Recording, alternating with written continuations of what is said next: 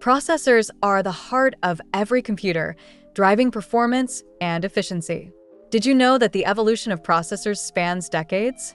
From the 4-bit Intel 4004 in 1971 to today's powerful multi-core processors, each generation has brought significant advancements.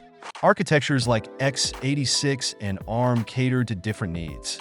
x86 dominates desktops, while ARM powers most mobile devices. Core counts matter too. Single-core processors are a thing of the past, with dual, quad, and even octa-core options now standard for multitasking. Speed is crucial. Low-power processors under 1 GHz are perfect for mobile devices, while high-performance chips exceeding 3 GHz are essential for gaming and video editing. Specialized processors like GPUs and FPGAs take performance to the next level, tailored for specific tasks. Understanding these nuances helps you make informed choices for your computing needs.